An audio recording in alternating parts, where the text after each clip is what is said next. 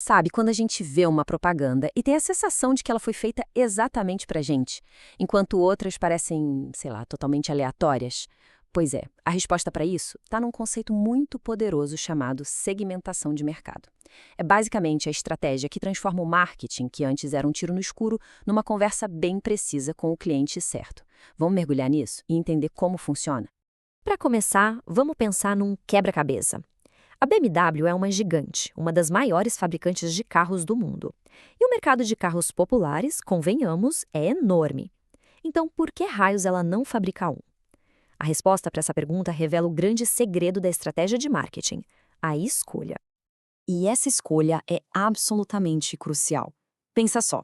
Seria possível criar um único restaurante que fosse perfeito para um almoço de negócios, um jantar romântico e também um lanche rápido para crianças? Impossível, né? O mercado é diverso demais, é vasto, e tentar ser tudo para todo mundo, geralmente, acaba em não ser realmente bom em nada para ninguém. E é aqui que a gente desvenda o primeiro grande mito do marketing, essa ideia de vender para todo mundo.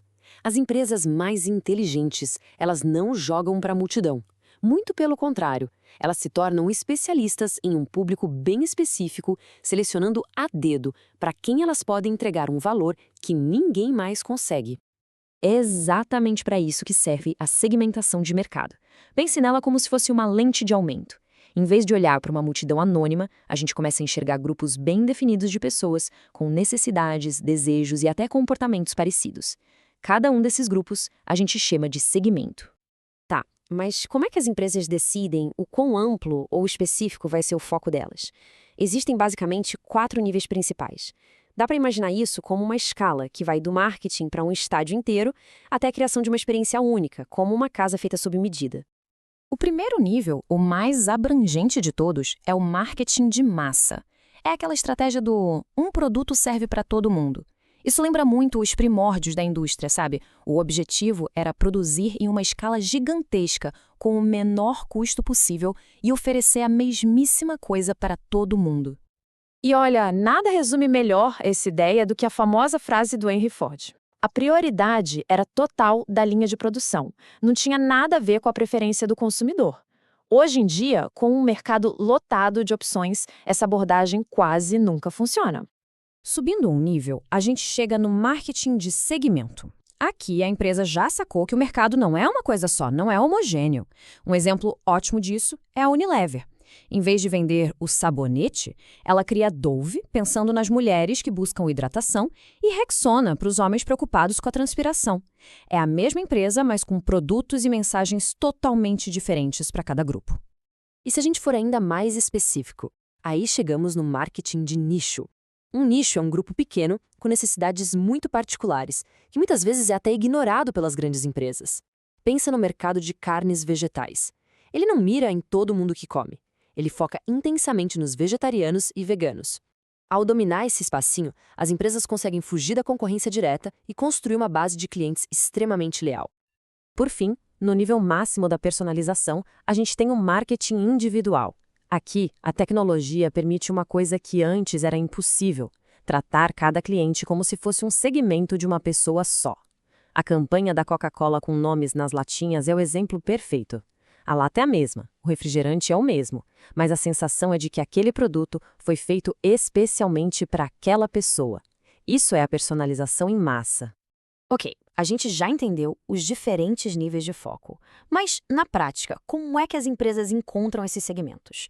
Elas usam um tipo de kit de ferramentas com 4 lentes principais para enxergar o mercado de jeitos diferentes. Essas são as 4 lentes. A geográfica pergunta onde. Uma marca de casacos de neve, obviamente, não vai focar no Nordeste do Brasil. A demográfica pergunta quem.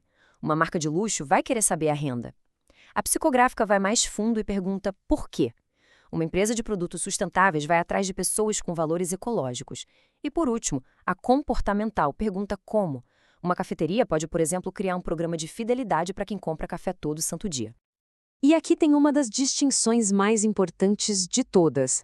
A demografia nos dá o esqueleto da coisa, idade, gênero, renda. Ela nos diz quem é o cliente. Mas é a psicografia que nos dá a alma, as paixões, os medos, os valores. Ela nos diz por que o cliente compra. Pense em duas pessoas com a mesma demografia, mas uma gasta dinheiro com viagens de aventura e a outra com livros raros. É a psicografia que vai explicar essa diferença. Muita gente considera a segmentação comportamental a mais poderosa de todas. E o motivo é simples. Ela se baseia no que as pessoas fazem e não no que elas dizem que fazem. Por exemplo, alguém pode comprar um chocolate porque é Páscoa, ou seja, pela ocasião, ou porque ele é 70% cacau, que é o benefício que busca. Pode ser alguém que nunca comprou daquela marca antes, que é o status de usuário, e depois volta a comprar toda semana, o que mostra lealdade. Analisar essas ações dá pistas valiosíssimas. Certo. Então, usamos as lentes e encontramos uns segmentos que parecem promissores. Mas calma lá, não é para sair criando produtos ainda. Agora vem o teste de realidade. A gente precisa ter certeza de que esses segmentos são realmente viáveis para o negócio. Para um segmento valer a pena, ele precisa passar por 5 filtros. Primeiro, ele é mensurável? Dá para saber quanta gente tem ali? Segundo, é substancial? É grande o suficiente para dar lucro?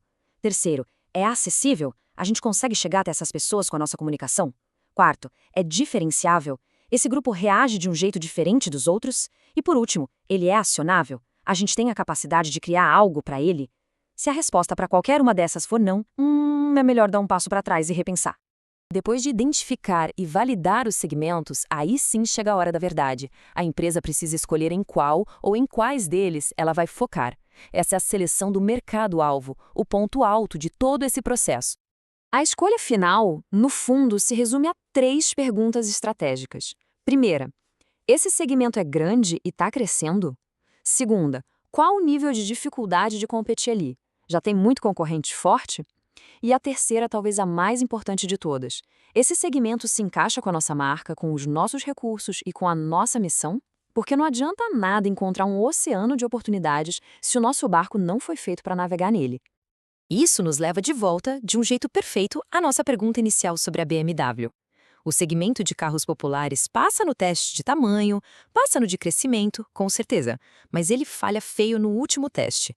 Ele não tem nada a ver com os objetivos e a identidade da marca, que é toda focada em luxo e desempenho. Para a BMW, entrar nesse mercado não seria crescimento, seria diluir a própria essência.